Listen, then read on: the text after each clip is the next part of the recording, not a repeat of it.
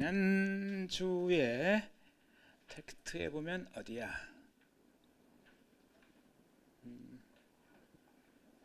13쪽.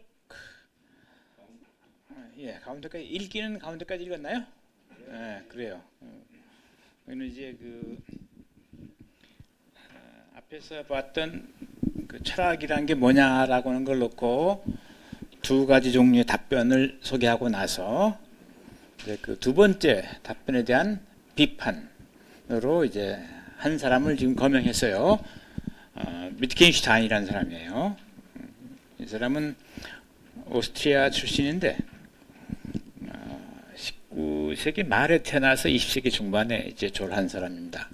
근데 아마 서양 철학을 한 사람들한테 20세기에 딱 한 사람만 철학자를 꼽아봐라.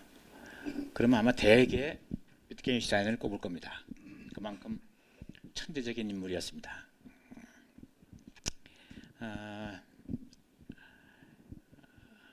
이 양반은 그 러셀한테 잠깐 사사받은 적이 있는데, 버트란드 러셀, 영국 가서요. 그런데 주로 혼자 철학을 했어요. 물론 그 당시 논리학자들하고 좀 교류가 있었고 있긴 있었지만, 특히 그 1차 대전에 그 참전을 해서 중간에 이제 포로로 잡혀가지고 그 수용소에 있으면서 조금씩 메모를 해요. 메모를. 그러고 나서 그걸 나중에 이제 그 뭡니까 풀려난 후에 그걸 책으로 내요. 그게 이제 이 사람이 쓴 두 권의 책 중에 하나, 아주 유명한, 물론 다른 글들도 있습니다만은 아주 유명한 두 권의 책 중에 하나입니다. 흔히 전기에 쓴 철학이라고 해서, 그러니까 젊었을 때 쓴 철학, 그래서 전기 철학 그러는데, 이걸 우리말로 그 책 제목을 쉽게 하면 써주는 거겠죠.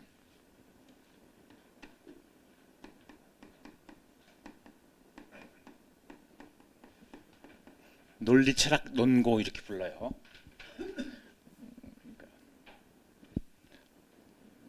원어는 뭐 논고란 말 앞에 써가지고 트락타투스 로지코 필로소피쿠스 이렇게 불러요. 라틴어식으로 표기해가지고 우리말로 번역하면 논리 철학에 관한 논이다, 뭐 이런 뜻입니다. 이 책은 그 기본 내용이 아주 그 뭡니까 인간의 언어를 그 정화해서, 그러니까 순수하게 만들어서 그 언어를 통해서 세계를 보면 세계가 있는 그대로 거기에 잡힌다, 붙잡힌다 이렇게 봤어요. 그래서 이때 그 언어를 순수하게 하는 언어를 이른바 이상 언어가 이상 언어, 아이디얼 랭귀지, 이상적인 언어다 이거죠. 이상 언어, 이상적인 언어, 이상 언어. 우리가 일상에 쓰는 말이 아니고 이걸 통해서 세계를 보면, 여기 세계가 보면 이 언어 속에 이 세계가 들어온다 거예요.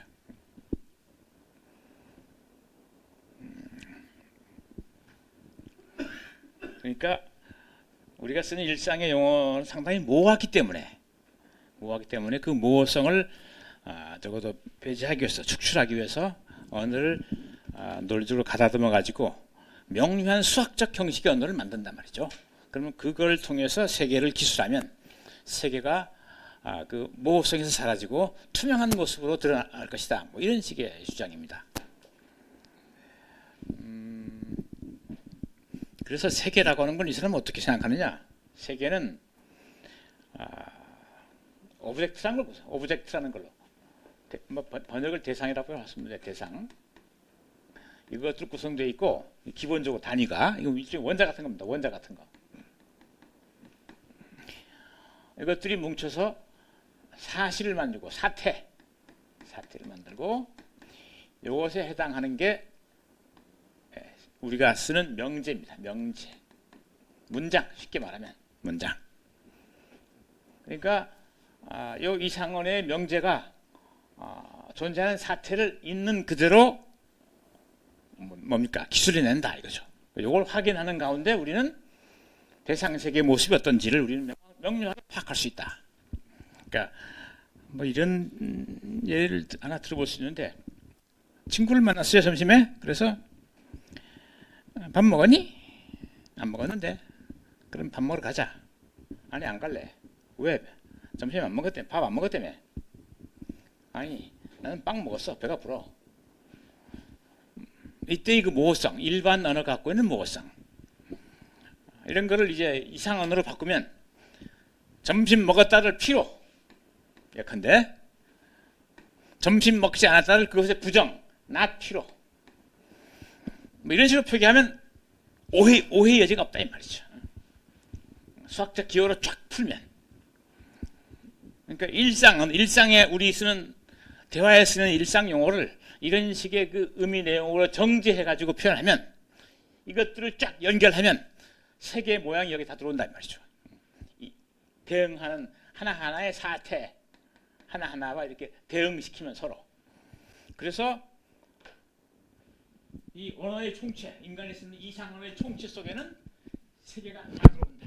그래서 언어의 한계는 세계의 한계다. 세계 전체는 언어 전체다. 이런 주장을 합니다. 약간은 뭐 이제 만화 같은 얘기죠.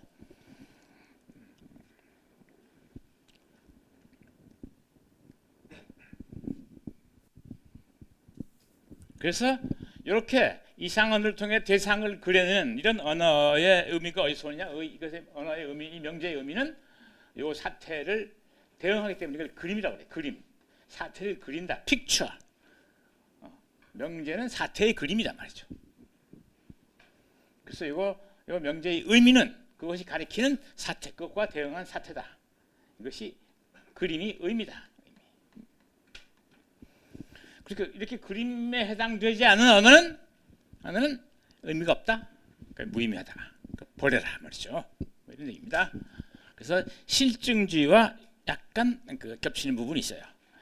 언어라고 하는 것은 그 말이 의미를 확정할 수 있을 때, 즉 경험적으로 확정할 수 있을 때 말이죠. 그때 비로소 의미가 있다라고 하는 그런 논리 실증주의의 철학적 이념과 약간의 공분모가 있어요. 그래서 이렇게 그림이 되지 못한 언어는 버린단 말이죠. 이 말을 요 텍스트에는 말할 수 없는 것은 그것에 대해서는 침묵하라 이렇게 이야기했어요. 그러니까 그림이 되지 않는 그런 언어는 말하지 말라. 물론 여기에는 그 무슨 뭡니까 윤리적인 어떤 가치를 주장하는 명제, 또는 미적 가치를 주장하는 명제, 또는 뭐 종교나 신과 관련된 명제, 이런 것들을 의미합니다. 그러니까 전통적으로 형이상학에 속하는 명제. 형이상학이란 말은 아시죠? 지우는 거 지울게요.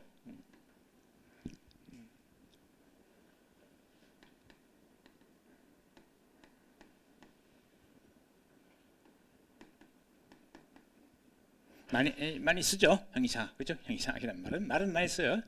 무슨 말인지는 좀 아세요? 형이상학. Beyond Nature. 그렇습니다. 뭐 Beyond Nature. Nature보다 Beyond Physics. 학이니까.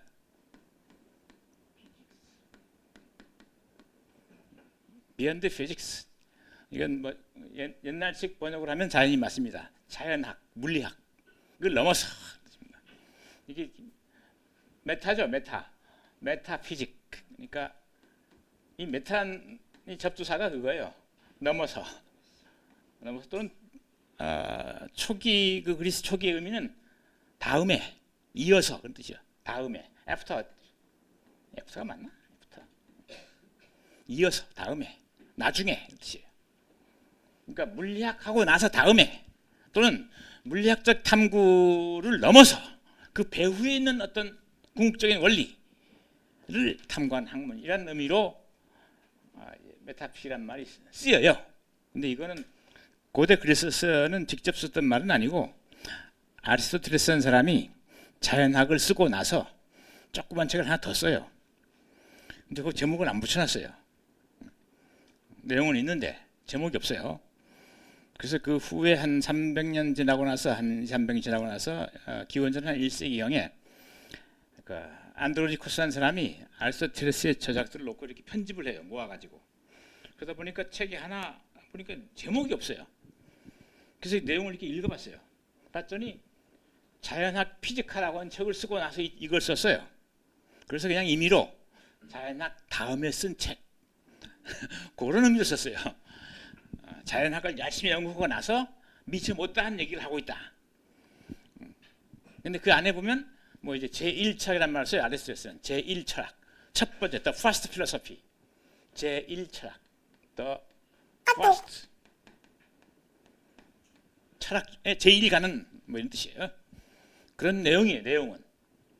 근데 그걸 이제 이건 무시하고 그냥 이렇게 순서의 이름으로 붙여놨던 거죠. 근데 중세로 넘어오면서 조금 관심이 이제 초월적인 데로 관심이 많이 가거든요. 중세 철학자들이.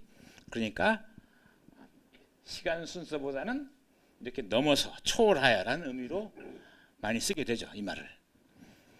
그래서 이건 현대 오면 실증할 수 없는 영역의 주장들을 통틀어서 형용하기로 한다. 이렇게 보시면 크게 틀리지 않습니다. 경험적으로 실증할 수 없는, 그러니까 지난번에 제가 잠깐 말씀드렸습니다만은 이 클래스에는 사랑이 임하신 하나님이 지금 섭리하고 계신다. 이 실증할 수 없죠. 물론 뭐 독실한 기독교인은 뭐 체험한다고 느끼실지 모르겠어요. 그러나 우리가 다 그런 경험을 하는 건 아니죠. 이렇게 그런 겁니다. 또는 뭐 어제 밤 보니까 하늘에 별이 쏟았는데 너무도 아름답더란 말이죠. 아름답다. 요거 주관이긴 주관인데 인간이 세상을 보는 방식에 속하지 세계에 속하지 않는다는 거죠. 미라고 하는 것은, 아름다움이라고 하는 것은, 종교의 성스러움이라는 것도, 흔히 종교는 가치를 성속으로 구분하죠.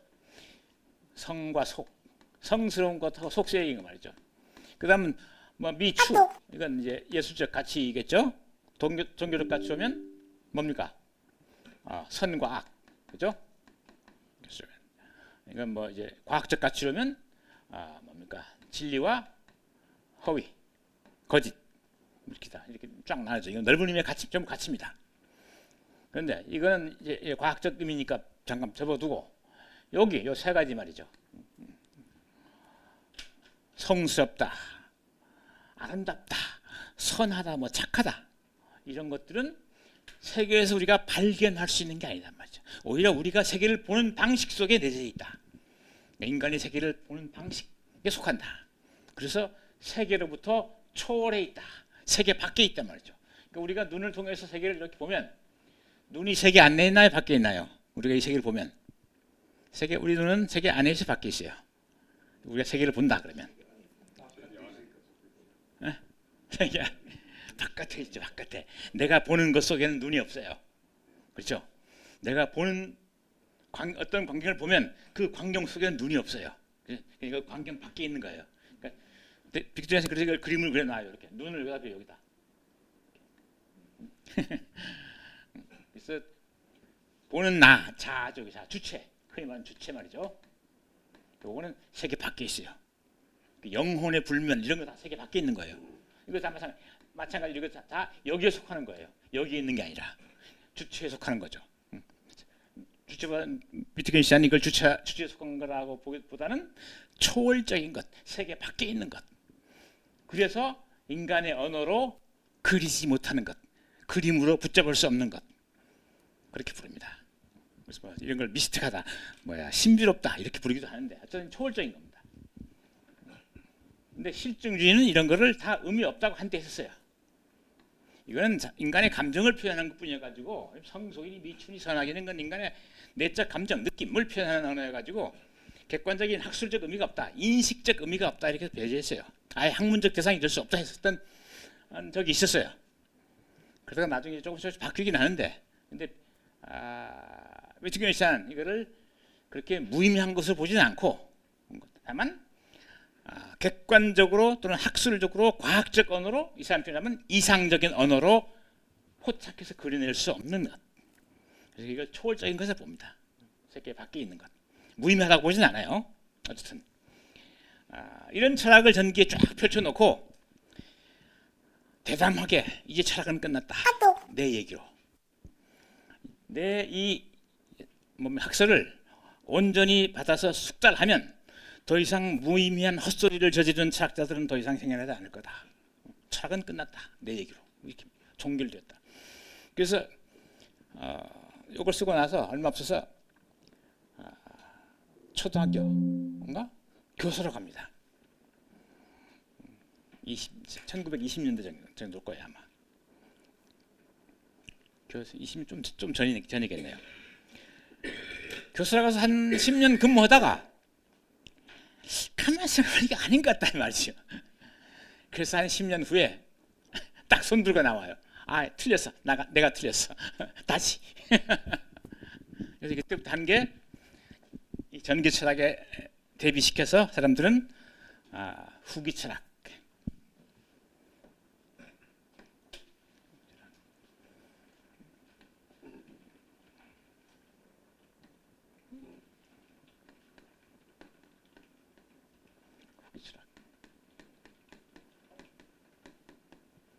여기 대표적인 저술이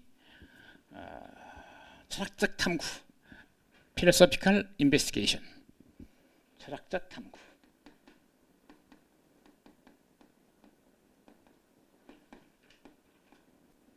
그런 책을 써요. 철학적 탐구.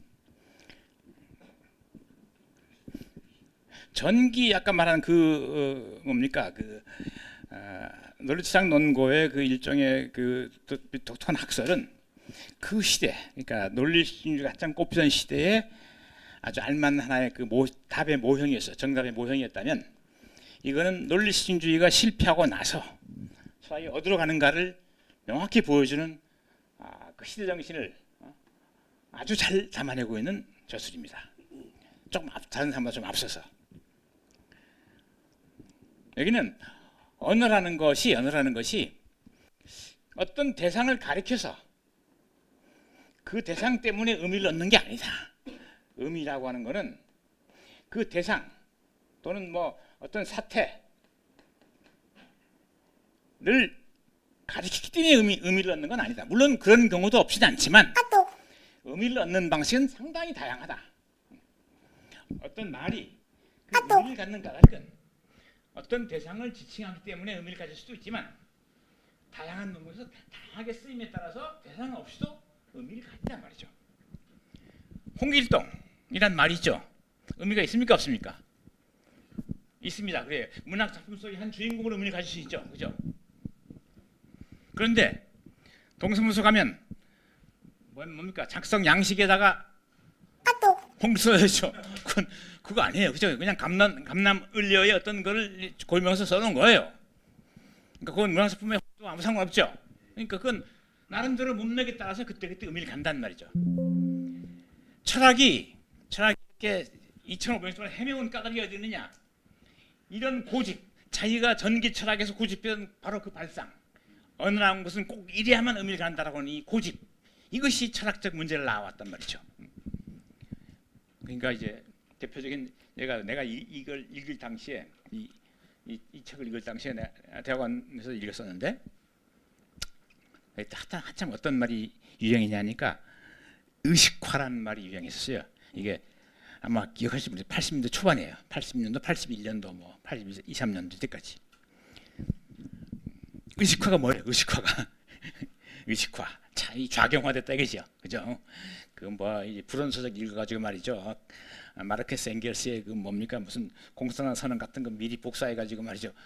골방에 들어앉아가지고 몇 놈이 모여가지고 읽는단 말이죠. 그러면서 특정한 가치관을 주입한단 말이죠. 그런 애들을 놓고 그런 학생들을 놓고 의식화된 놈들 이렇게 썼단 말이죠. 그죠? 근데 그때 의식이라는 게 도대체 뭘까? 이렇게 한번 생각해 보세요. 그때 의식화자 의식이라는 게 도대체 뭘까? 근데 보통 우리는 무슨 뭡니까? 시로 리얼리즘? 뭐 초현실주의 뭐 이렇게 그런 거 있죠. 왜? 뭐 의식이 흘러가는 대로 뭐 어떻게 하고 뭐 그게 무의식이 무슨 뭐 그 흐름을 쫓아서 막 그럼 마치 의식이라는 게 뭐겠어요? 마치 강물처럼 머릿속으로 흘러가는 것 같아. 그렇지 않아요? 의식의 흐름을 쫓아서 의식이 흘러가는 기법을 쫓아서 내가 글을 쓴다. 야, 이거 뭐 의식이 무슨 내 머릿속에서 막 흘러가는 것 같아. 물결처럼. 그렇게 보인단 말이에요. 그러면 그 발상을 가지고 의식이란 무엇인가 탐구할 때 의식이란 무엇인가?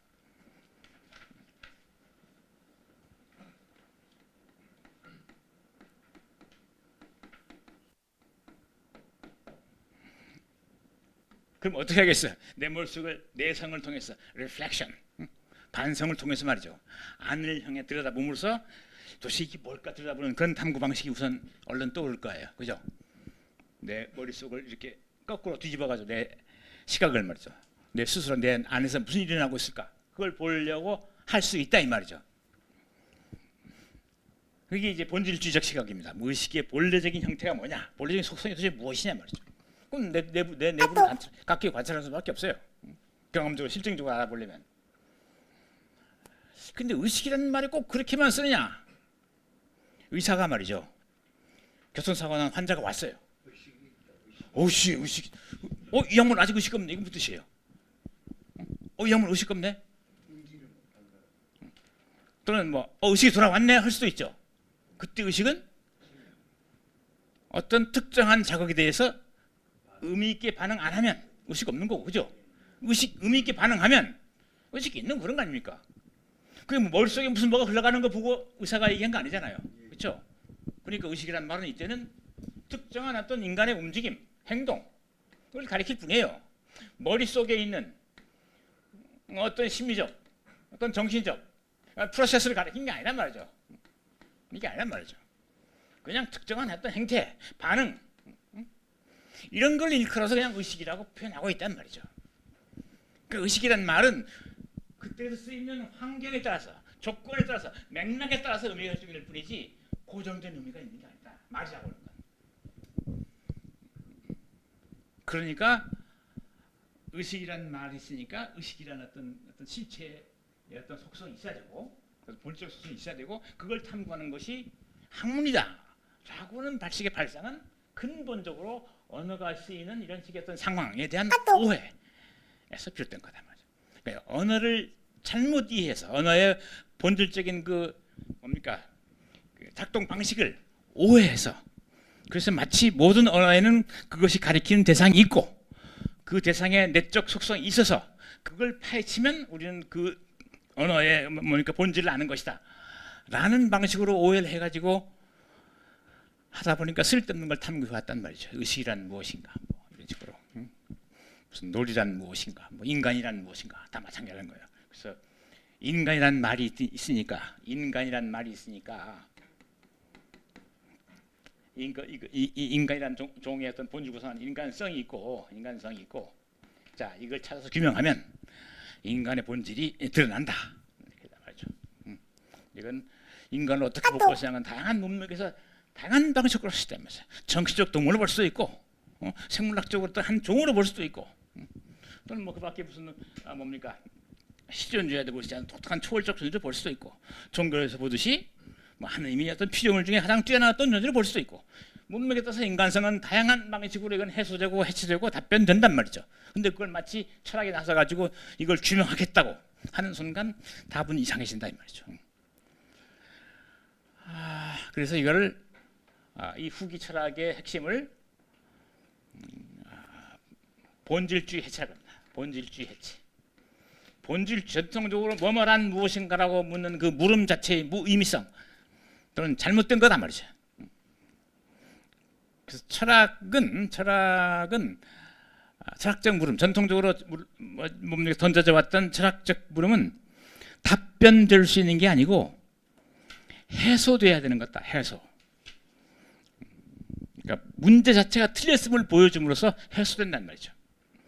답변해서 없어지는 게 아니라 철학적 물음은 그 문제가 잘못 제기된 것임을 보여줌으로써 해소해버리는 거예요. 의문 자체를 해소해버리는 것. 그래서 철학은 이제 치료되어야 된다. 병에 걸렸다. 전통 철학은 병에 걸렸다. 오랫동안 병에 시달려왔다. 어떤 병에? 언어를 오해하는 병에. 그러니까 이제 철학은 치료되어야 된다. 치료. 그러면 우리는 더 이상 뭐뭐란 무엇인가라는 물음을 던지지 않는다. 그럼 언어의 의미는 어디서 오느냐? 아까 말했죠. 문맥, 맥락에서 온다. 곧 사용하는 방식에 따라 온다. 사용하는 문맥에 따라서 다양한 의미를 갖게 된다. 그래서 한자 말로 하면 화용론. 아까 그림이라고 그랬죠. 이건 그걸 버려서 use, 쓰임. 어떻게 쓰이느냐, 어떻게 활용되고 있느냐에 따라서 의미가 달라진단 말이죠.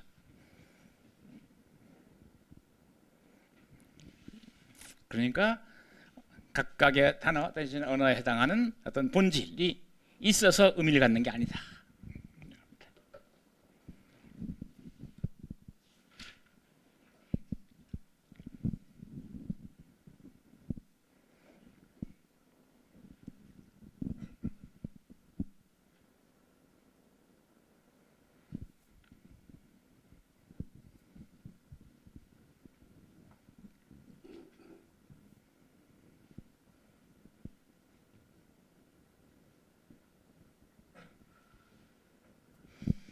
자, 여기가 이제 비트겐슈타인 하는 얘기입니다. 그럼 여기 텍스트 교재로 다시 돌아가면 이 비트겐슈타인은 이제 실존주의 철학을 비판한다 그럴 수 있죠. 말할 수 없는 건 침묵하라. 그러니까 불합리한 것, 말로 할 수 없는 것, 뭐 아까 말한 초월적인 것들 말이죠. 이런 것들은 말하지 마라. 철학은 합리적인 활동이다. 그러니까 그 지성을 통해서 또는 이성을 통해서 분석하고 명료화하고 하는 거다 말이죠. 전기 철학은 그랬죠. 전기 철학은 아까 그러니까 그 뭐 실존주의가 주장하듯이 진리라고 하는 것은 몸소 나의 결단을 통해서 뭡니까 그때 창출되는 어떤 것, 대단히 주관적인 것 또는 주체적인 것, 뭐 그런 것이라고 주장하는데 그런 거 아니다. 학문은 투명한 거다 말이죠. 이상 언어를 가지고 명료한 지성적 언어로 그려내는 것, 이게 적어도 철학이어야 된단 말이에요. 그러므로 철학을 불합리한 것, 무슨 초월적인 것을 탐구하는 것으로 보는 것은 잘못이다. 뭐 이런 얘기를 빌어왔어요. 근데 이 저자는 이 비트겐슈타인을 빌어오는 그 문맥이 그렇게 아주 적합하지는 않아요. 그러나 어쨌든 적어도 합리론적 철학을 했던 사람의 뭐 대표 주자로 지금 비트겐슈타인을 내세웠어요. 그러니까 실존주의자들이 비합리주의의 철학에 선봉에 있었다면 당대에 적어도 합리주의에 선봉에 있는 사람은 비트겐슈타인이라고 할 수 있다. 특히 전기 비트겐슈타인 할 수 있다 해서 대비시켜 놓은 겁니다. 그쯤 하고 뭐 혹시 거기서 뭐 질문하실 거 있으면 하십시오. 그 텍스트에서 좋고 뭐 내가 한 얘기에서 좋고.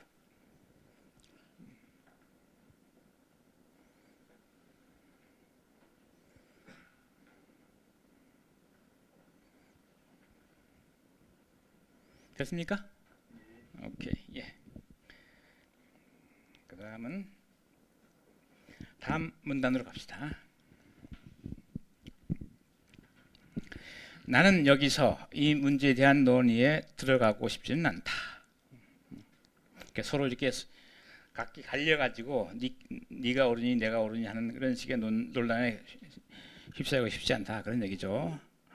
나중에 그럴 기회가 있을 것이다. 하지만 나는 한 가지 점만은 지적해 두고 싶단 말이죠. 우리가 철학사, 즉 고대 탈레스로부터 현대의 메를로 퐁티에 내지는 또는 야스퍼스에 이르는 철학사를 검토해 보면 우리는 철학자가 언제나 실제를 설명하기 위해 노력해왔다는 것을 거듭해서 발견할 수 있다.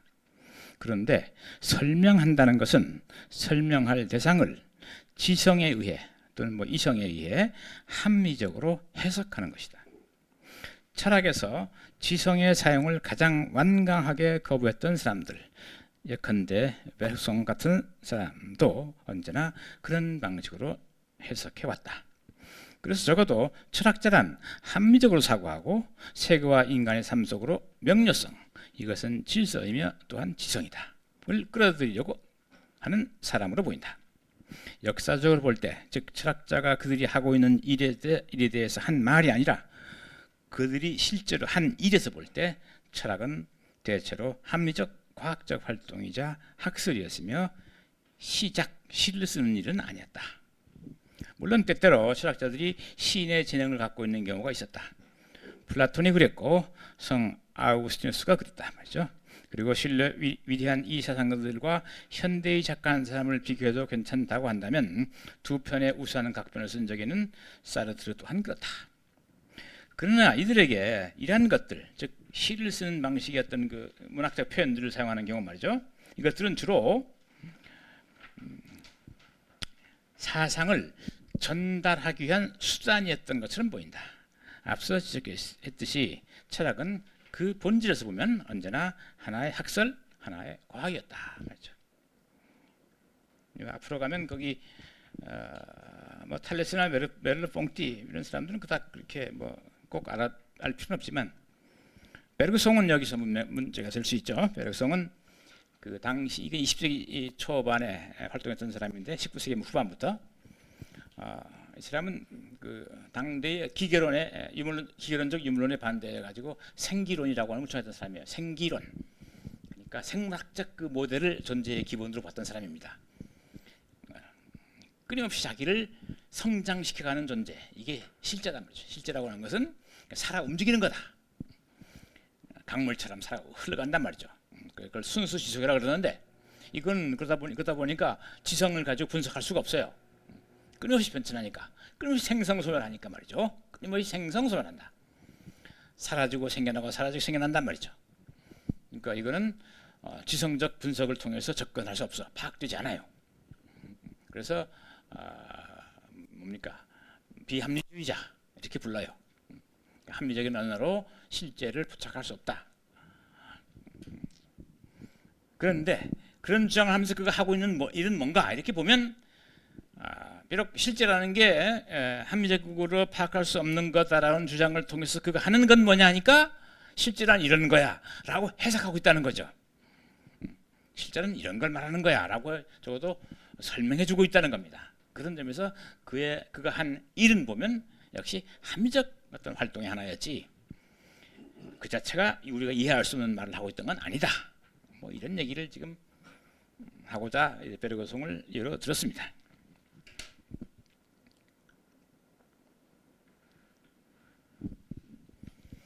그래서 지금 이것까지 중간 결론입니다. 이 텍스트 지금 2장의 중간 결론.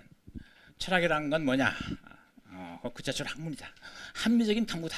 이성적인 탐구다.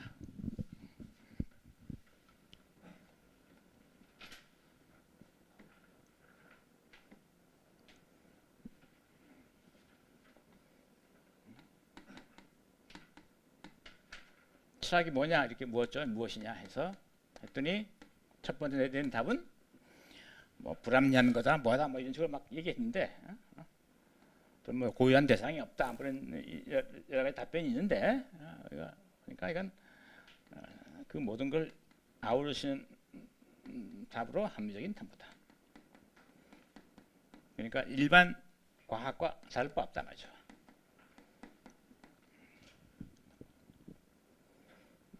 이게 1차 결론입니다.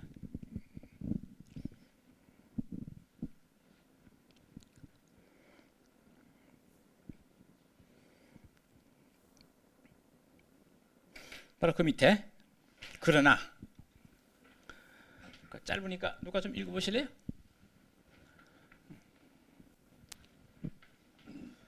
좀 읽어보세요. 그러나 이것이 사실이라면 이제 무엇에 대한 과학인가 하는 물음이 다시 생겨난다. 물리적 세계는 물리학에 의해, 생명의 세계는 생물학에 의해, 의식의 세계는 심리학에 의해, 그리고 사회는 사회학에 의해 각기 탐구된다. 그렇다면 과학으로서의 철학은 무엇을 탐구하는가? 철학의 영역은 어디에 있는가? 예, 뭐 그죠. 그러니까 과학이다 그랬단 말이죠. 그러면 과학은 다 고유한 자기 영역이 있죠.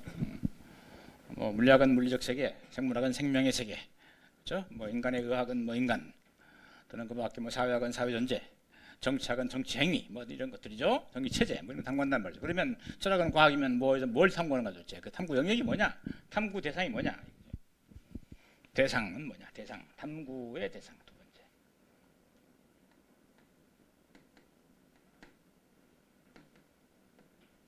또는 영역, 이건 어디냐? 뭐냐 말이죠. 그러니까 여기는 또 답이 다양해요. 이게 물었는데 보면 밑에 답이 쭉 나와 있어요. 간단히 볼까요?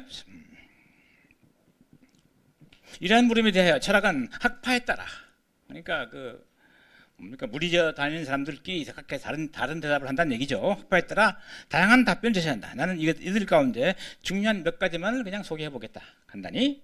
첫 번째 답변은 인식론이다. 다른 과학들, 일반 과학은 뭔가를 찾아내서 인식한다 말이죠. 근데 철학은 인식 그 자체의 가능성, 그 가능한 인식이 가능하려면 어떤 전제가 필요하고 또 그 한계, 그 경계는 어디인가? 뭐 이런 걸 묻는단 말이죠. 그런 것들은 예컨대 칸트라든지 그 후에 뭐 흉도 그런 사람입니다. 이런 사람들의 그 철학관이었다 이 얘기입니다. 인식론, 인식 자체가 무엇이냐? 이거는 우리 텍스트로 보면 다음에 3장, 4장, 5장이 인식론에 해당합니다. 인식, 진리, 사고 요 세 개의 챕터가 인식론에 해당합니다. 그만큼 비중이 크죠, 철학에서. 둘째 답변은 가치론이다. 다른 모든 과학은 말이죠. 일반적으로 존재하고 있는 것의 그것을 문제 삼는 데 반해서 철학은 존재해야 마땅할 것을 문제 삼는다. 당위죠, 당위. 이러한 답변은 예를 들어 소위 남독일 학파의 학자들과 다수의 현대 프랑스 철학자들이 제시하고 있다. 그러니까 일반 과학은 사실을 탐구하고 사실, 있는 것을 탐구하고 철학은 당위, 마땅히 뭐뭐 해야 할 바의 것을 탐구한다. 그런 뜻입니다.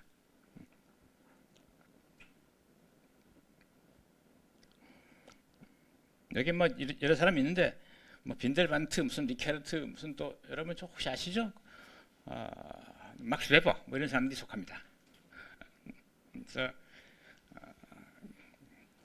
가치라는 게 인간에게 유익한 것, 뭐 이런 걸 의미하는 게 아니고 객관적으로 타당한 어떤 그런 규범이 되는 것들이 가치고, 그거는 인간의 그 합리적 지성으로, 실천적 지성 속에 내재되어 있다 이렇게 봅니다. 그러니까 정의롭다라고 하는 게 뭐야? 정의롭다라고 하는 것.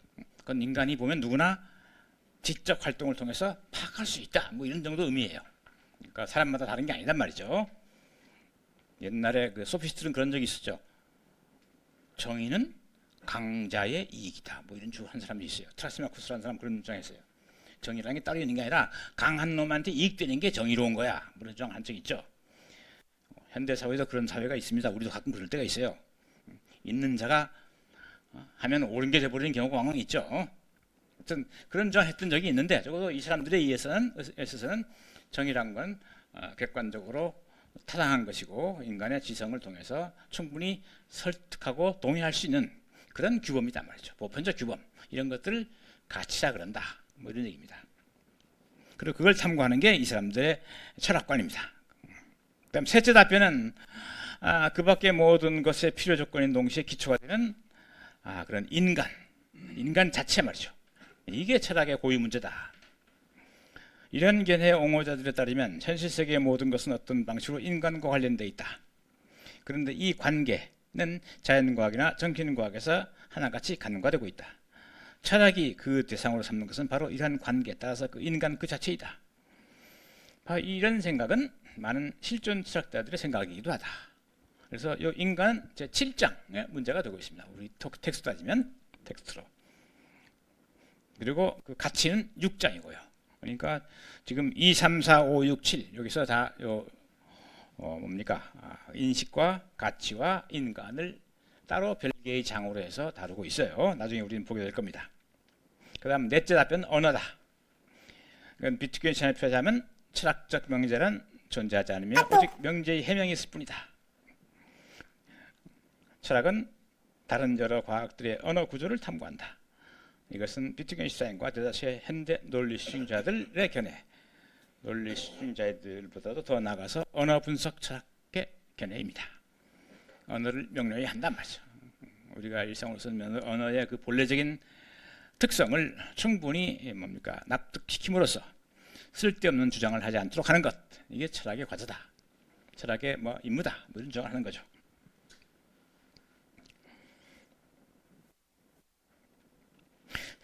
자, 이런 것들은 지금 한 4가지 정도 읽어했죠. 이것들은 이와 유사한 다수의 견해들 가운데 극히 일부에 지나지 않는다. 그렇습니다. 철학은 뭐 사람들마다 각기 다른 것을 얘기하니까.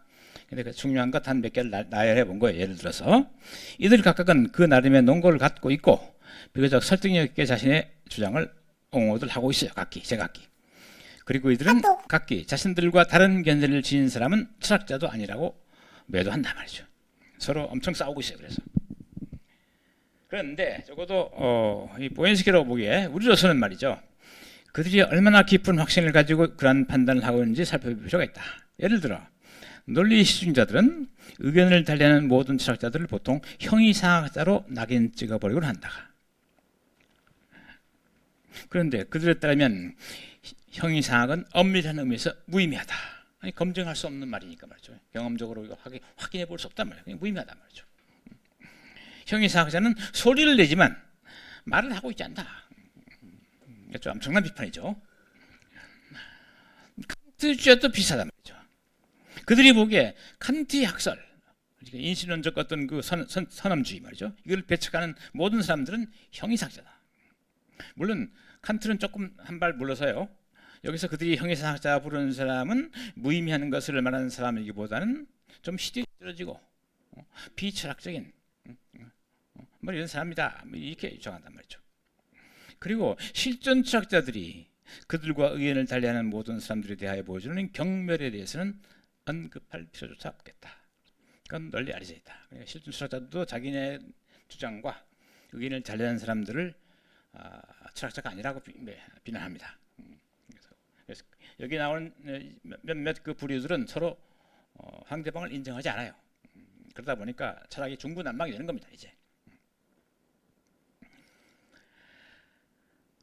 그 다음은 이제 그 보원식이 자신의 생각입니다.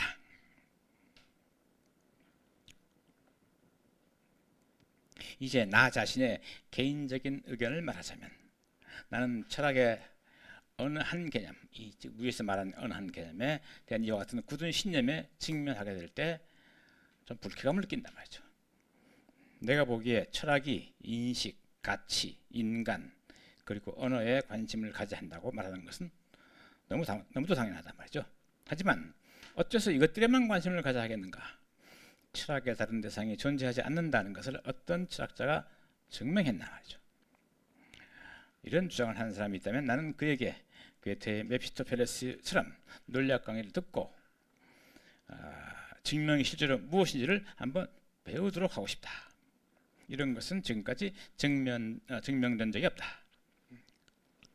우리가 우리의 주변 세계를 둘러본다면 이 세계는 이미 언급한 모든 영역에 속해 있으나 그 어느 과학에서도 다루지 않고 있으며 또한 다룰 수도 없는 그런 미해결의 중요한 문제들이 가득 차 있다라고 여겨지리라고 생각된다. 우리가 맨 처음 봤던 법칙의 문제가 그런 것이겠단 말이죠. 그것은 분명코 수학의 문제는 아니다.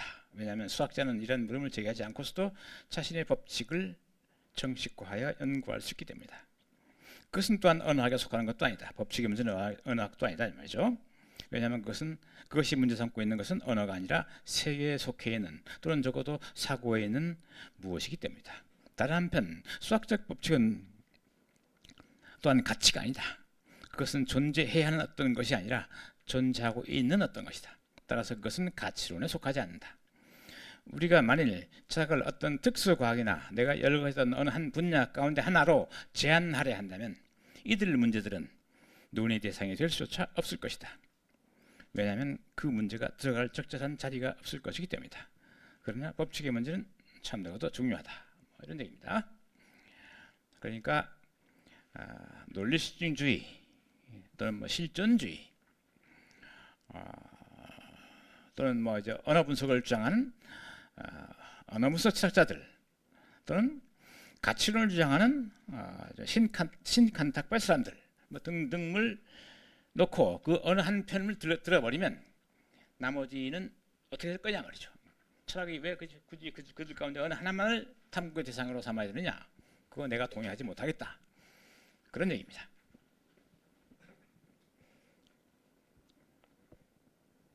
자, 거기까지 해서 좀 질문을 받을까요?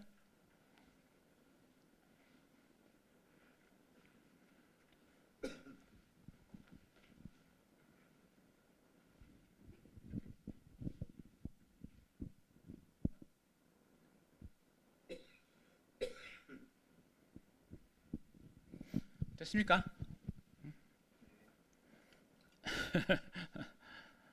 오케이.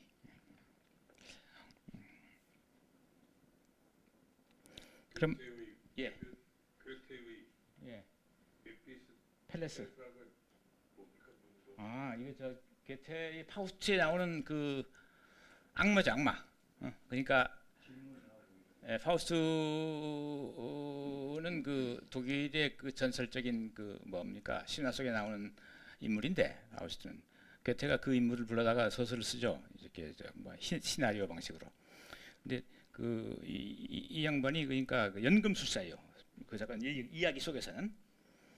그래서 뭐 아주 그 유능한 그 당대의 모든 그 인간 지식을 섭렵하고 그래서 그건 만족하지 못해서 야 이거밖에 없어. 나는 뭐 훨씬 더 많은 걸 좀 즐기고 싶은데 그러니까 이제 악마가 꼬셔요.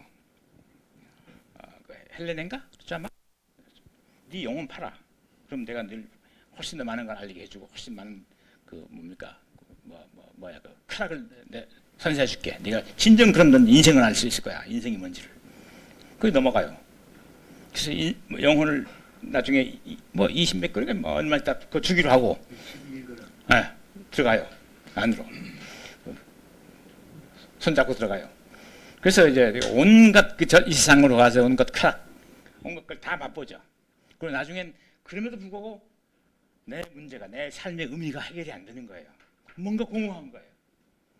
그래서 반성하면서 내가 이제 다시 돌아와야겠다. 그래서 딱 하는 순간 이미 계약 기간이 다 돼버렸어요. 그래서 메피스토펠레스 와가지고 영혼을 끌어가 버려요. 그러면서 뭐 그런 얘기죠. 그러니까 인생이라고 하는 것이 그렇게 결코 쉽게 만족할 수 있는 게 아니다. 인간은 끊임없는 그 어떤 그 욕구의 충동에 이끌리지만 그걸 다 채우려 하지 마라. 뭐 그런 의미를 담기도 하고 당시에 또 어떤 그 낭만주의적 어떤 그 발상, 그 합리적 틀이라고 하는 것이 인간을 가둘 수 없어. 그걸 넘어서는 무궁무진한 어떤 그 영역이 있어. 인간의 경험 영역이라는 게. 뭐 그런 걸 보여주는 글일 수도 있고. 어쨌든 그 파우스트라고 하는 그 시곡에 나오는 그 악마의 이름입니다. 저도 이거 직접 뭡니까 시곡을 읽은 적은 없어요. 읽어본 적은 없어요. 독일 문학하는 사람들 되게 좋아하더라고요. 옛날에 내 친구 하나가 동문과에 있었는데 그걸 좀 썰풀게 이렇게 썰풀어봐라 했어요. 그때 주워 들은 얘기예요.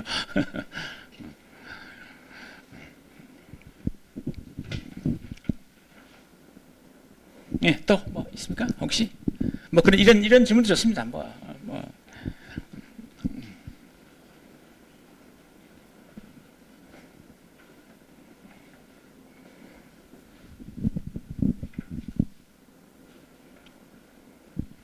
네, 셋이 그러면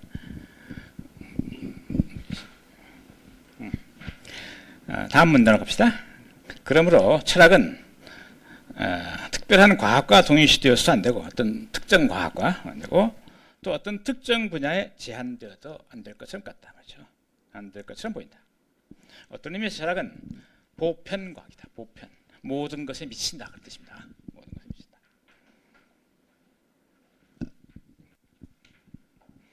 그래서 그 영역은 다른 분야에서처럼 다른 과학에서처럼 제한되어 있거나 특수화된 어떤 것에 한정되지 않는 것 같다. 그러니까 철학의 대상 또는 탐구 영역은 다른 과학들처럼 특정한 분야에 또는 어떤 특정한 존재에 국한되어 있는 것 같지 않다. 모든 대상, 모든 영역에 걸쳐서 탐구할 수 있는 것처럼 보인다. 그래서 보편과학이다 이렇게 부르고 있어요. 그러나 이것이 사실이라면 철학은 다른 여러 과학들이 다루는 대상에 똑같이 관계할 수 있게 될 것이다. 그리고 사실상 이것은 흔히 있는 일이다. 그렇다면 철학은 어떻게 다른 과학과 구별될 수 있겠는가? 이에 대한 답변은 철학이 그 방법과 관점에서 다르다는 것이다. 그러니까 영역, 탐구 대상은 같다 말이죠. 그러면 그 탐구 대상이 같으면 그 대상을 탐구하는 그 과학과 철학은 어떻게 구별되겠느냐 이렇게 물었어요. 그러니까 같은 대상을 보더라도 관점과 그 대상을 바라보는 관점과 그 대상을 탐구하는 방식에서 그 다른 과학과는 다르다. 그 얘기를 하고 있어요. 철학이 그 방법에서 구별되는 까닭은 철학자들이 수많은 인식 방법들 가운데 어느 하나도 배제하지 않고 사용할 수 있다는 데 있다. 예를 들어 철학자는 물리학자의 모든 것을 물리학자처럼 모든 것을 감각적으로 관찰할 수 있는 현상으로 환원해야 될 필요가 없다. 다시 말해 그는 경험 환원적 방법, 그러니까 경험 가능한 현상으로 바꿔 표현하는 언어로 다시 바꾸면 그건 의미 있는 말이 되고 또는 의미 있는 탐구가 되고, 그러지 못하면 경험 가능한 대상으로 바꿔 표현하지 못하면 무의미하다 말이죠.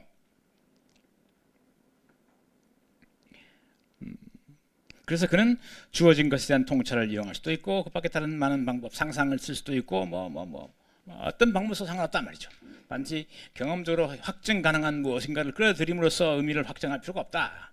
탐구 방법에서 말이죠.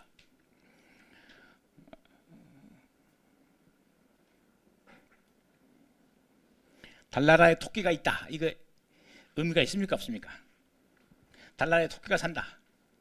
달나라에 토끼가 살고 있어요. 논리 수준자가 보기에 이거 의미가 있을까요 없을까요? 예? 예. 의미가 있습니다. 왜? 우리 가서 확인해 볼 수 있잖아요. 경험으로. 달나라도 역시 하나님이 섭리하는 동네야. 의미가 있을까요 없을까요?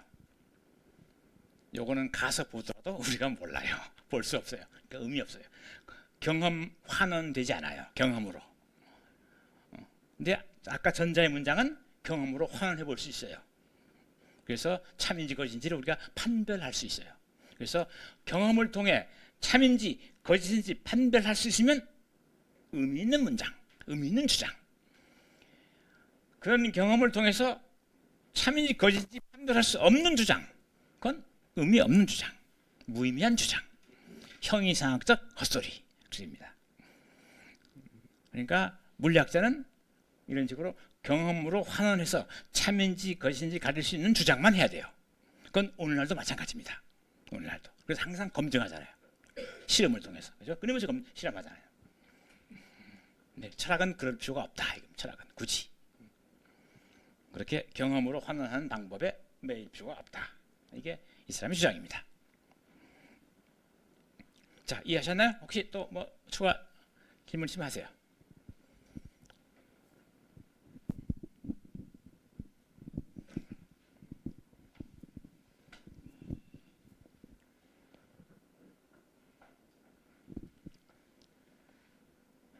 예, 그럼 다음 문제 한번 들어갑시다.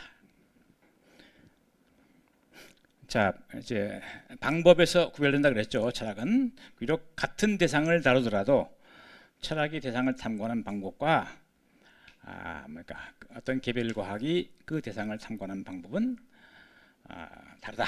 그런 점에서 철학과 과학은 다르다.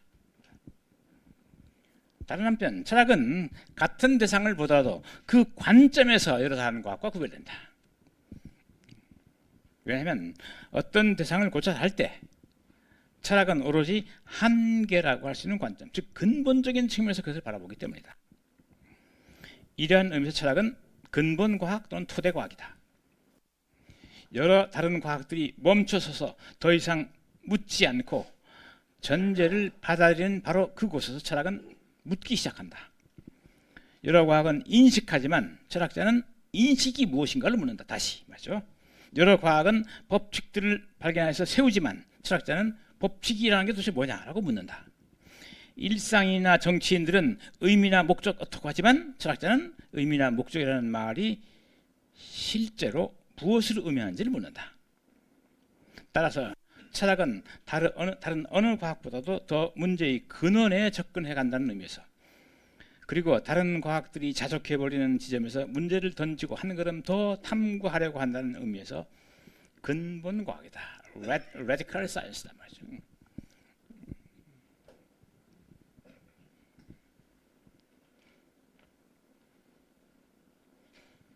자, 여기까지만 잠깐 정리하면 철학은 과학이다. 했어요. 그럼 이거 탐구 영역이 어디냐? 뭘 탐구하는 게 저것도 철학이냐? 하니까 무엇이나 탐구한다. 그래서 대상에서 제한이 없다. 탐구 영역에서 제한이 없다. 그런 의미에서 보편과학이다. 그 다음 또한 방법에서 제약이 없다. 그래서 그런 의미에서 또한 보편과학이다. 더 나아가서 그러면 같은 대상을, 같은 영역을 다른 과학과 같이 탐구한다면 그럼 어떻게 다시 구별되겠느냐? 그러니까 관점에서 다르다. 관점에서 철학은 어떤 대상을 탐구할 때 철저히 묶고 들어간단 말이죠. 레디컬하게, 근본적으로. 그래서 대상과 탐구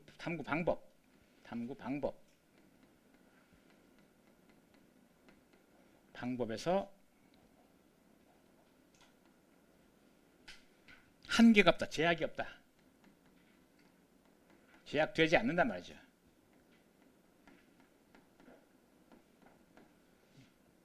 그런 의미에서 어디에나 해당된다. 어떤 방법이나 쓸 수 있다. 그래서 보편학이다. 보편과학이다.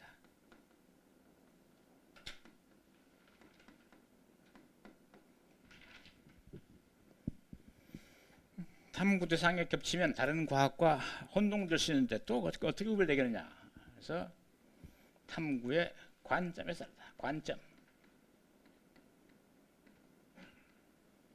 그건 다른 과학이 멈춰졌는데 한 걸음 더 들어가서 그 전제까지 묶고 들어간단 말이죠. 근본적으로 뿌리까지 탐구한다.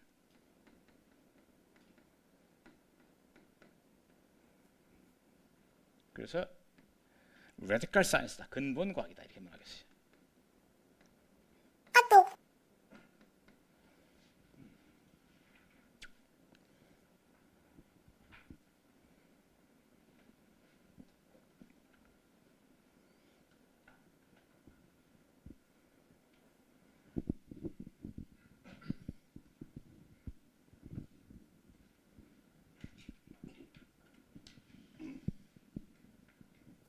이거는 이 사람이 내리고 있는 철학에 대한 definition, 정의입니다. 정의.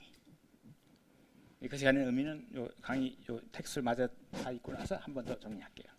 어떤 철학이란 무엇이 한 대단 이 사람 나름의 답변입니다. 근데 이 대답은 상당히 건전합니다. 제가 보기에 제가 일생을 철학을 했는데 대학 졸업하고 나서 가장 설득력 있는 아주 마일드한 누구나 받아들일 수 있는 그런 주장입니다. 독단적이지 않다는 거죠. 그런 의미에서 괜찮습니다. 어쨌든 이게 정의인데 이게 된 사족이 좀 더 있어요. 조금만 더 봅시다. 그러면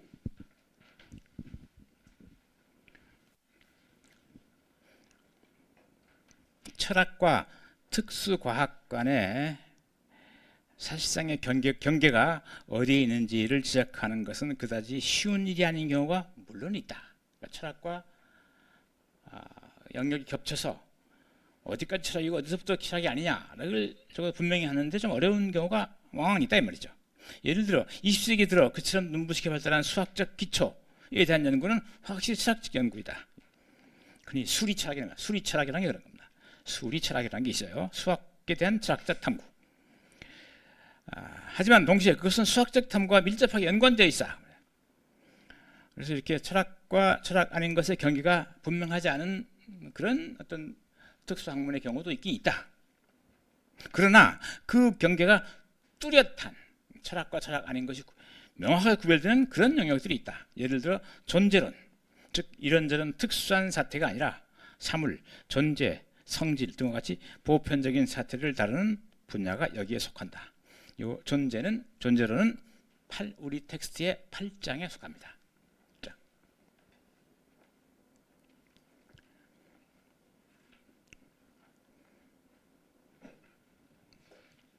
존재론은 이건 지워도 되겠죠? 다 있으니까.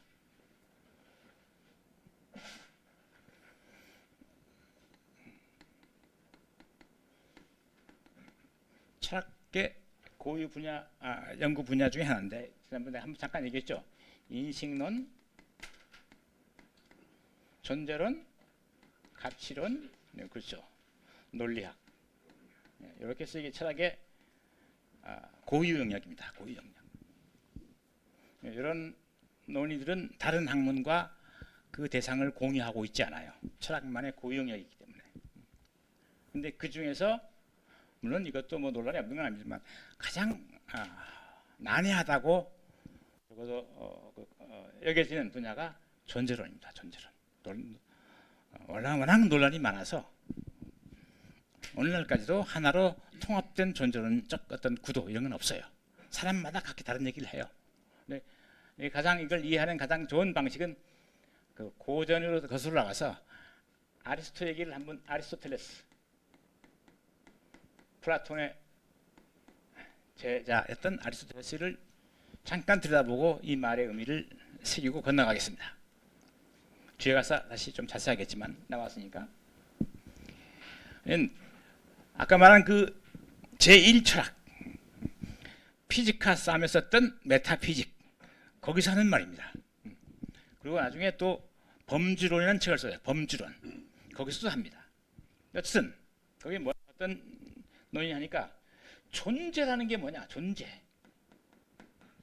있다는 게 뭐냐? 말 있다는 게 이 뭐 말이 좀 이상하죠. 있음. 야, 이 존재가 뭐냐? 존재가 그 이 존재의 의미. 야, 이게 이렇게 더 어려워요. 존재가 뭘 의미해요? 존재가. 근데 알스는 과감하게 밀고 들어갑니다. 존재한다는 건 뭐? 존재한다는 것. 존재한다는 걸 가만히 듣다 보니까 존재에는 스스로 존재하는 놈이 있고 독자적으로 자기만의 힘으로 스스로 존재. 남에게 의존하지 않고 independent of 타자에 의존하지 않고 존재하는 놈이 있고 반대로 언제나 의존해서만 존재가 있어. 의존적인 존재가 있다. 두 가지 의미가 있어. 그러니까 존재 일체적인 의미는 이거다. 그건 부차적인 의미단 말이죠. 그래서 스스로 존재하는 것 이걸 이제 우시아라 부르는데 우시아 그리스어로 뭐냐니까 빨간색이라고 하는 거 있죠. 여기 지금 빨간색이 별로 없네. 여기 빨간색 자주색. 가만히 머릿속에 자주색을 떠올려 보세요. 요놈이 스스로 존재할 수 있는가 없는가? 자주색 스스로 존재할 수 없어요. 응? 자주색 색이 하늘에 떠 있을 수 없잖아요. 무엇인가의 자주색으로만 있을 수 있어요. 그죠? 의존해서만 이 현실 세계 속에 존재할 수 있어요. 무엇인가의 색으로만. 그죠? 그렇죠? 꽃이 색이든 아니면 무슨 자동차의 색이든 아니면 건물 지붕의 색이든 무엇인가의 색으로만 이건 있지 그냥 자주색이 하늘에 떠 있을 수 없어요. 홀로 있을 수 없어요. 자주색은 무엇인가의 자주색이죠. 이런 거 의존적 존재예요. 마찬가지예요. 60kg 몸무게 합시다. 이게 무엇인가의 무게로만 60kg만 있을 수 있지 60kg이라는 게 따로 존재할 수 있어요? 없죠. 무엇인가의 무게로 60kg. 그것도 역시 의존적 존재입니다. 그러면 스스로 존재하는 건 뭐겠어요? 그러면 너무 멀리 가시지 마시고 우리 같은 존재 마이크 이거 스스로 있어요. 나도 있잖아요. 들어도 안 했어요. 되게 소박하게 봤어요. 까만색은 스스로 있지 못해요. 요놈의 까만색으로만 있는 거예요. 이놈은 홀로 있을 수 있잖아요. 누군가에 의존하지 않았어요. 물론 현대 철학이 오면 이게 다 해체됩니다. 오늘날 철학은 그렇게 말 안 해요. 오늘날 현대 철학이 오면 그러니까 고전적인 얘기 클래식 사람 하나하나의 사람 돌멩이 사람 강아지 전부 다 실체 홀로 존재하는 것 스스로. 그래서 이걸 실체라고 불러요. 예, 요거를 속성이라고 부르고 색깔, 크기, 모양 이런 거 있죠. 이걸 속성이라 부르고 또는 일반적 용어로 바꾸면 성질. 이 성질을 가지고 있는 담지하고 있는 자 이걸 딱 바치고 있는 자 이걸 실체라고 실체. 이게 진짜 존재 1차적 의미의 존재고 1차 존재고 이건 부차적이다. 그래서 존재라고 하는 말을 해서 분석해 놓고는 봐서 두 가지로 이렇게 쪼개놔요. 진정한 의미의 존재 우시아와 의존적인 존재 속성이 있다. 그러니까 존재를 나누는 고전적인 기법의 한 대표적인 모형입니다. 이 뭡니까? 이 두 개념을 가지고 범주를 만들어요. 범주.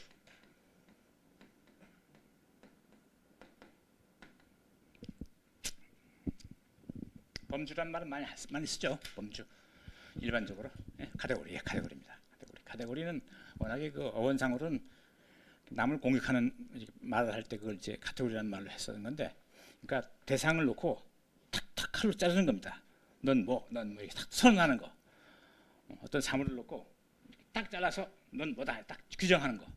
그걸 카테고리라고 그래요. 그래서 일상용어로 바꾸면 최고의 유개념. 국어 사전에 아마 그렇게 나왔나?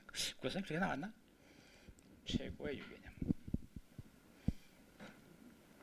그러니까 분류하는 거 쓰는 거예요. 분류 어디 갔어요? 분류의 개념입니다. 분류자 쓰는 거, 분류할 쓰는 건데 이거를 철학적 용어로 바꾸면 유개념. 유개념은 유개념인데 종류할 때 유입니다. 이것도 분류할 때 유고 같은 유고 유개념인데 그냥 일상 유개념이 아니라 가장 높은 가장 일반적인 최고 유개념. 그걸 범주라 그럽니다. 그러니까 이거는 둘 다 까만색이죠. 크고 작고 뭐 이래요. 색, 크기 어떻게 분류되느냐? 색은 성질, 크기는 양. 그러니까 성질과 양으로 분류돼요. 범주상. 이건 150g, 12cm 다 크기죠. 양이죠. 양의 범주로 분류해요. 이걸 색의 범주로 하면 색과 성질, 색과 이 딱딱함은 성질의 범주. 그러니까 어떤 신체가 가진 속성을 분류할 때 이게 어떤 부류에 속하느냐, 양에 속하느냐,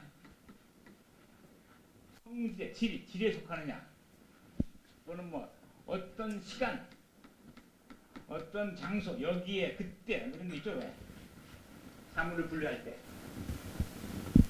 그다음 다른 거 이것이 뭐 능동이냐 수동이냐 무슨 뭐 또 뭐 누워있냐 뭐 섰냐 뭐 이런 다양한 방식으로 분류를 해요. 이걸 9가지 분류해요. 9가지 개념을. 그래서 실체 플러스 9가지 속성에서 10개의 범주를 만들어요. 근데 이것은 뭘 의미하냐면 이렇게 특정한 성질이라고 하는 속성을 가지고 그것들을 분류한 거예요. 분류한 거. 이거 더 이상은 분류가 안 돼요. 가장 끝까지 밀어붙여서 일반적으로 분류하는 거예요. 최고로 분류해 놓은 개념 자체예요. 가장 일반적인 방식으로 분류하는 거. 그러니까 장수라는 걸 더 밀어붙이면 어디 갈 수가 없어. 더 이상. 시간도 마찬가지예요. 어느 때 최종 분류입니다. 다만 그렇게 분류해서 이걸 다 묶으면 뭘로 묶을 수 있다? 여기 답이 있어요. 뭐 있어요? 그걸 다 묶으면 저 최고 유견들 또 한 번 더 묶으면 뭐가 나와요? 속성이 나와요. 속성. 그죠? 속성을 가장 첫 번째로 분석하면 이렇게 9가지가 나옵니다. 아리스토텔레스에서 그렇다는 얘기입니다. 그러니까 사물이 지닌 속성들을 일반적으로 분류하는 방식, 그 각각 하나하나를 범주라. 범주. 그때 의미는 뭐냐? 가장 일반적인 유개념.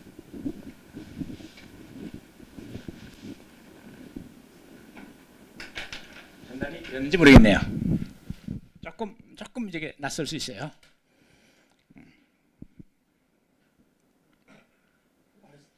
이전에는 저런 없었어요.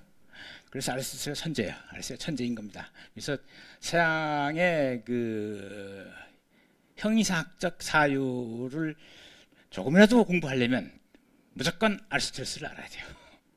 지금도 그렇습니다. 지금도. 적어도 저 사람의 얘기를 비판하거나 수용하거나 그건 자유예요. 그럼 모르고서는 못해요. 모르고서는 안 돼요. 그만큼 아리스토텔레스는 대단히 중요한 서양의 영향력을 끼친 학자입니다. 플라톤의 글은 읽어보면 정말 아름답습니다. 정말 아름다워. 야, 사람한테 글을 이렇게 쓰냐? 난 많이 읽지 않았지만 가끔씩 읽었었거든요, 옛날에. 정말 글이 미문이에요. 뭐 상상하는 게 톡톡 튀어. 정말 글을 참 잘 쓴다. 아까 여기서 뭐 시를 잘 쓰는 사람 중에 한 사람으로 뽑았었죠, 아까. 정말 플라톤의 글은 아름답습니다. 영문으로 봐도. 저는 뭐 그리스를 전 못하기 때문에 그쪽 전공하는 사람들은 그리스를 하지만 나는 그냥 영어로 번역된 걸 본 적이 있는데 정말 좋습니다. 근데 아리스토텔레스 글은 정말 딱딱해요. 지루하고 근데 쫓아가다 보면 야, 뭐 사람이 이런 까지 생각하냐. 이런 거 쓸데없는 거 다 고민하고 있어. 정말 치밀합니다. 아리스토텔레스는. 물론 모호성은 있어요. 모호한 건 있는데 전 치밀하게 쫓아 들어갑니다. 근데 한 번도 앞에 전례가 없어요. 그러니까 특별히 이런 걸 가르치는 선생이 없어요. 플라톤은 선생했지만 플라톤은 구름 잡는 얘기만 했어요. 구름 잡는 얘기만. 땅에 내려와가지고 철학을 시작한 사람은 아리스토텔레스 처음이에요. 땅에 내려와가지고 이렇게 우리 경험 세계를 보면서 하나 찍어가면서 하는 사람은 아리스토텔레스 처음이단 말이에요. 이 사람이 모든 학문에 거의 시초예요. 적어도 고전 학문에 논리학, 자연학, 신학, 형이사학, 신학이란 말은 좀 그렇지만 어쨌든간에 그당 신학은 없었지만 법학, 의학 전부 다 이 사람이 만든 거예요. 시초는. 중세도 그게 반복되었고 근대 오면서 이게 해체되죠. 근대 지금 17세기, 18세기 여러분이 잘 아는 갈릴레오, 뉴턴 이런 사람들이 등장하면서 자연을 다른 방식으로 해석하기 시작하죠. 그러면서 아리스토텔레스의 이런 식의 일련의 그 존재론적 세계관이 약간 무너져 내립니다. 중세까지 한 2000년 한 2500년 가까이 2000년 정도를 서양 사고를 지배했던 철학입니다. 그러니까 BC 5세기, 한 4세기 정도부터 AD 한 1500년까지 그냥 어마어마한 거죠. 어마어마하죠. 그 시기를 지배했던 사유입니다. 그래서 결코 만만한 사람이 아닙니다. 옛날 사람이지만. 자, 나중에 존재를 얘기할 때 조금 더 이것보다 또 넘어선 얘기를 하게 될 겁니다.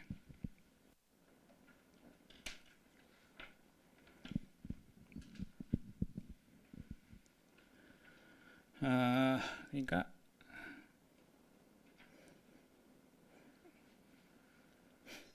그리고 같이 그 다음입니다. 그렇죠?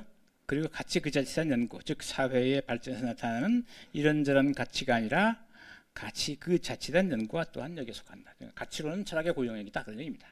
존재론과 더불어 이 두 분야에서 철학은 다른 어떤 과학과도 이웃하고 있지 않다, 겹치고 있지 않단 말이죠. 이들 대상에 관여하거나 관여할 수 있는 과학은 철학밖에 없다. 가치와 존재, 인식 여기에 관여할 수 있는 학문은 철학밖에 없다 이 얘기입니다. 그리고 존재론은 다른 여러 분야의 연구의 전제가 된다. 그래서 이때 이 다른 분야의 탐구는 존재에 관해서 아무것도 알 수 없다는 사실에 의해 존재론과 구별될 수밖에 없다. 이런 얘기입니다.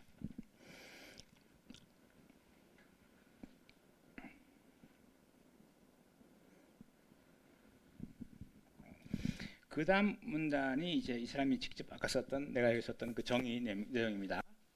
철학은 모든 시대 대다수의 위대한 철학자들에 의해 이렇게 이해되곤 했다. 즉 철학은 과학이며 따라서 시나 음악이 아니라 진지하고 냉정한 연구라는 것이다.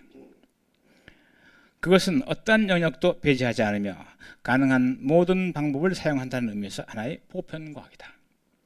그것은 한계선상의 문제 및 근본적인 문제에 대한 과학이며 따라서 다른 여러 분야의 전제에 만족하지 않고 더 나아가 사태의 근원을 탐구하고자 하는 근본 과학이다. 이렇게 있어요.